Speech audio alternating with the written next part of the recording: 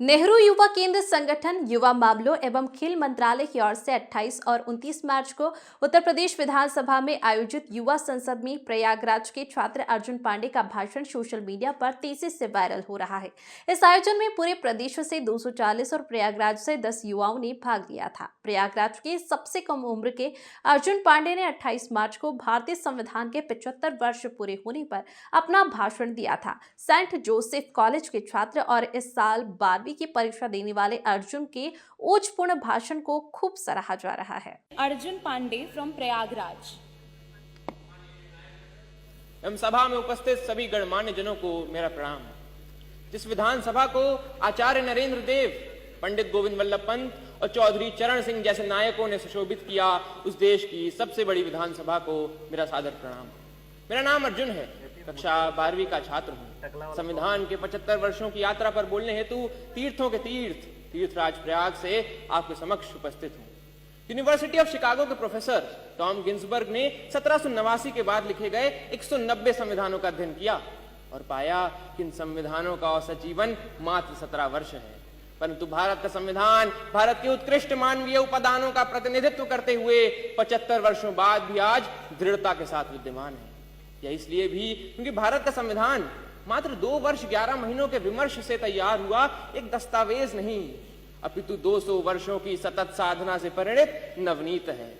यह यात्रा एक राष्ट्र के रूप में हमारी आत्मा का, हमारी सामूहिकता का उत्सव है। प्रसिद्ध जर्मन दार्शनिक इमैनुअल कांट ने अपनी पुस्तक क्रिटिक ऑफ प्रैक्टिकल रीजन में लिखा था कि constitution to be just must achieve the highest level of possible freedom for human individuals. Kant की इसी वैचारिकता को अपनी समस्त समग्रता में समेटने का काम संविधान ने किया और एक समावेशी लोकतंत्र संजोया। भारत का संविधान सिर्फ इसलिए बड़ा नहीं है क्योंकि इसमें 1.5 लाख शब्द हैं, अपितु इसलिए भी क्योंकि इसके पृष्ठों से महात्मा गांधी के हिंद स्वराज, भगत सिंह के क्रांति, अंबेडकर के सामाजिक न्याय और नेताजी बोस के संप्रभु और सशक्त भारत की आकांक्षाएं भी परिलक्षित होती हैं। संविधान की यात्रा सरल नहीं रही है। अगर इसने 24 अप्रैल 1973 को केशवानंद भारती निर्णय के रूप में रक्षा का प्रयास देखा तो 1975 में आपातकाल के रूप में प्रहार भी देखा।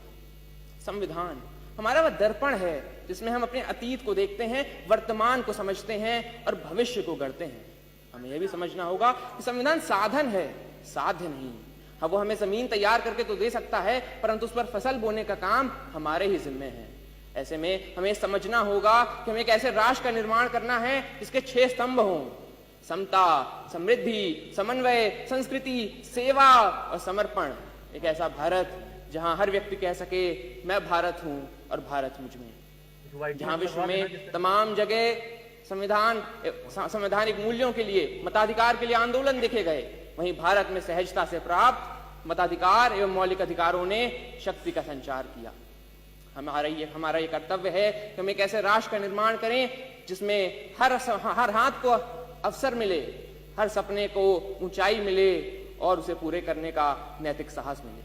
अंत में इतना ही कि हमने तहरीर की है कागजों पर सदियों की बातें, हमने तहरीर की है कागजों पर सदियों की बातें। संविधान यूं ही नहीं, हर लफ्ज में एक कौम की सांसें। धन्यवाद।